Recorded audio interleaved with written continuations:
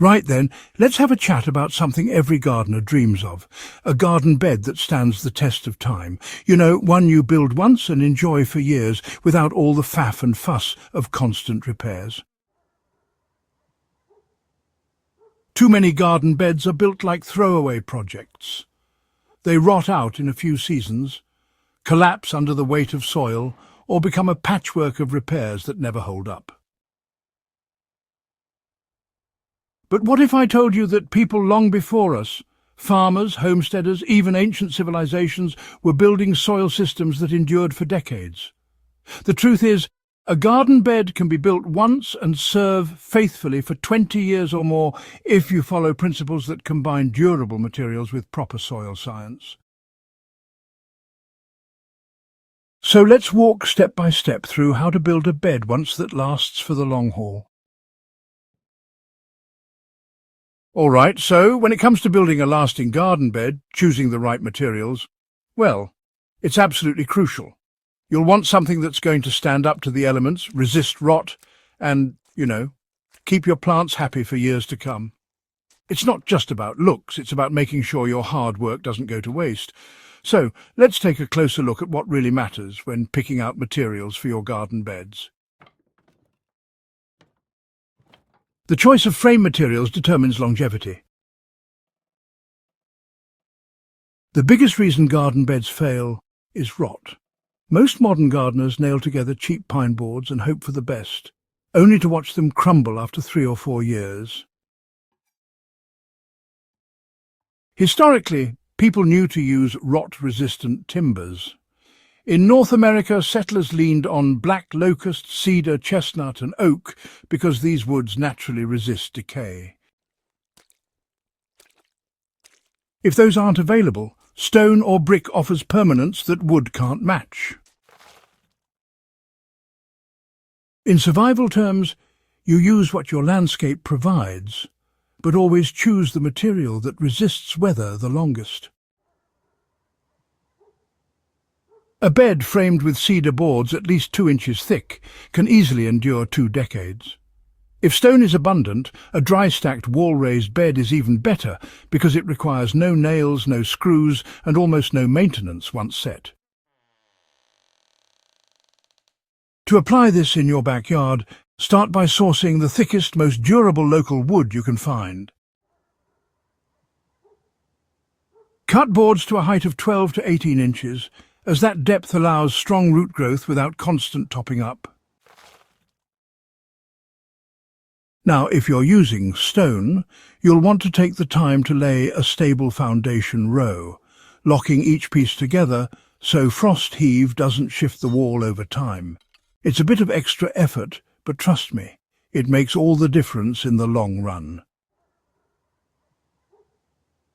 Right.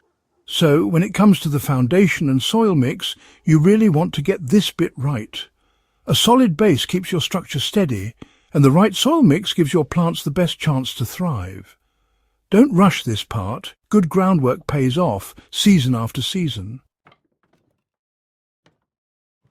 Even the best frame won't last if it sits directly on soggy ground. So, always make sure your foundation is well drained and solid, or you'll be dealing with problems down the line, no matter how well you've built the rest. Old farmers often lined the base of outdoor structures with gravel to keep wood from touching wet soil.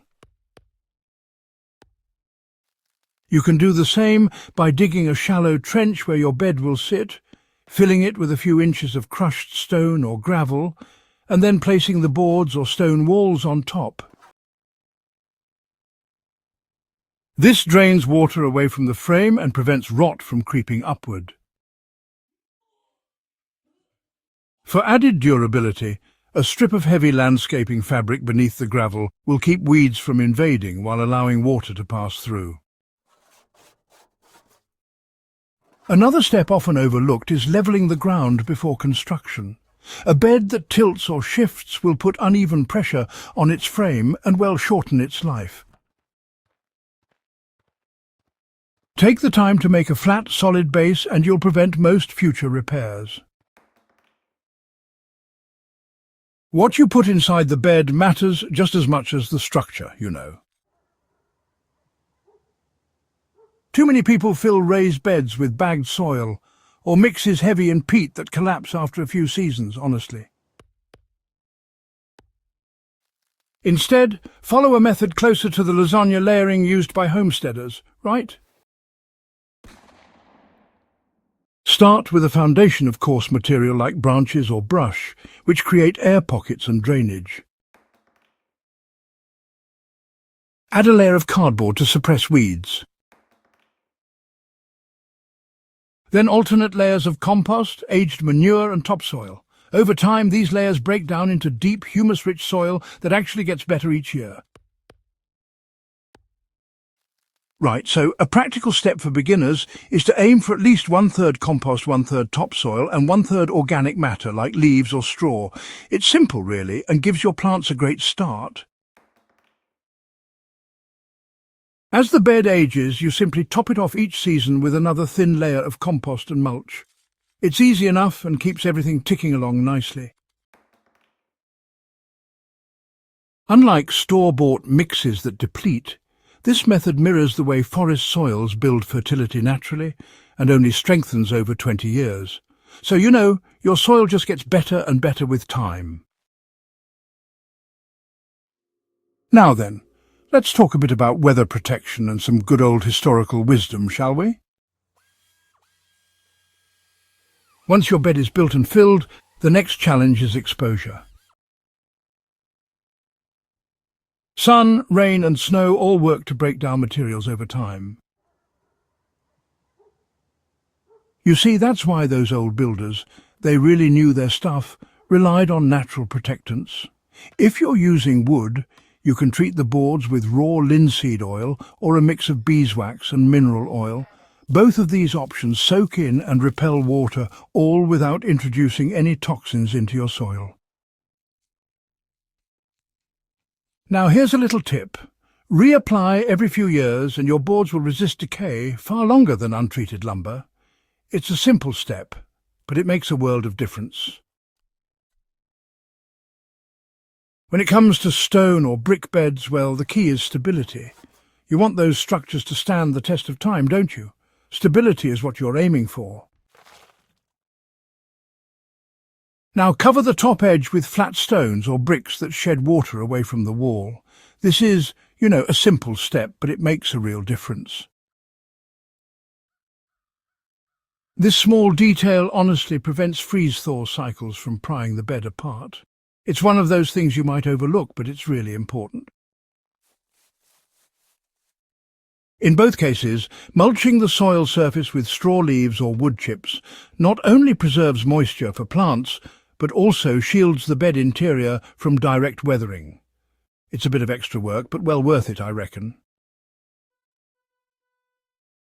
Throughout history, people built soil systems meant to last generations. The terra preta soils of the Amazon, enriched with charcoal and organic matter, remain fertile hundreds of years later. European wattle and daub garden enclosures lined with stone bases endured for decades with minimal repair. These examples, they really do show that longevity, well, it comes from combining natural durability with the steady renewal of organic matter. It's a bit like finding the perfect balance, isn't it? You know, by following similar principles, even a backyard gardener today can avoid that tiresome cycle of rebuilding every few years. Instead, they can create a structure that truly stands the test of time. Quite the achievement, really. Now let's talk about the benefits, shall we? The beauty of these practices is that they don't just preserve your garden, they enhance it. So why not take action today? Start incorporating these timeless methods and watch your garden flourish for years to come. It's a journey worth embarking on, I assure you. When you invest the effort up front, you stop wasting seasons replacing rotted boards or refilling collapsed soil. A 20-year bed doesn't just grow better crops, it saves your back, your wallet and your time. Each season you'll be adding fertility instead of hammering new boards. The result is a bed that matures alongside your garden, growing richer as the years pass. It's quite a sight to behold, really. Building a garden bed to last, 2 decades isn't complicated, but it does require thinking the way our ancestors did. Using durable materials, protecting them from the elements and building soil that improves itself year after year. It's a timeless wisdom indeed.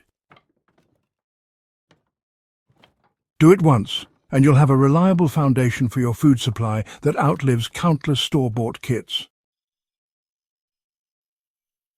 If you found this guide helpful, subscribe to the Backyard Wisdom channel for more history-driven survival gardening strategies.